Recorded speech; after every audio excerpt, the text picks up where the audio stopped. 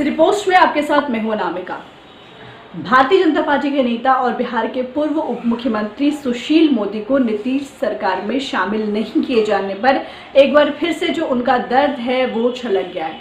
उन्होंने कहा कि भले ही वो सरकार में शामिल नहीं है, लेकिन उनकी जो आत्मा है वो मौजूदा सरकार में बसती है। जी हाँ, मौजूदा सरकार हम सबको पता है कि एनडीए की सरकार है। मोदी ने ये बात रविवार को भाजपा के दिवंगत नेता सूरज नंदन कुशवाहा की जयंती पर एक कार्यक्रम में बोलते हुए कही। तो कहीं ना कहीं उनका जो दर्द है वो उस कार्यक्रम में देखने को मिला। गौरतलब है कि एनडीए गठबंधन ने लगातार चौथी बार बिहार चुनाव में पूर्ण बहुमत से नीतीश कुमार के नेतृत्व में सरकार बनाई है।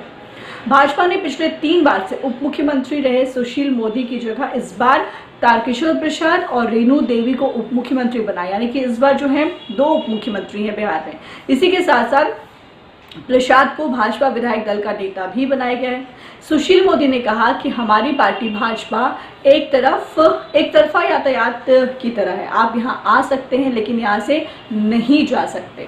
जो लोग बीजेपी छोड़ते हैं वो कभी भी शांति से नहीं रहते। हालांकि मैं बिहार सरकार का हिस्सा नहीं हूँ, लेकिन मेरी जो आत्मा है वो वर्तमान सरकार के अंदर बसती है।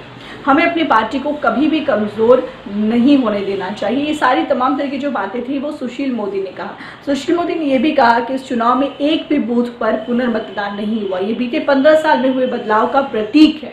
उन्होंने कहा कि 1995 के चुनाव में बिहार में 1668 बूथों पर पुनर्मतदान हुआ था और कहा कि 1990 से 2004 के बीच बिहार में लोकसभा, विधानसभा और पंचायत के 9 चुनाव हुए।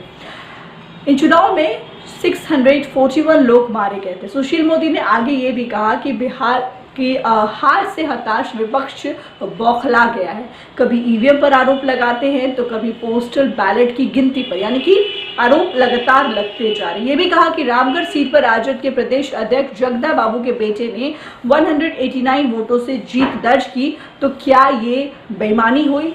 तो सुशील मोदी जो है वो सरकार में नहीं है, लेकिन उनकी जो तकलीफ है, उनका जो दर्द है वो जरूर देखने को मिलता है बार बार। फिलहाल इस खबर में इतना ही। अनामिका को दीजिए इजाजत।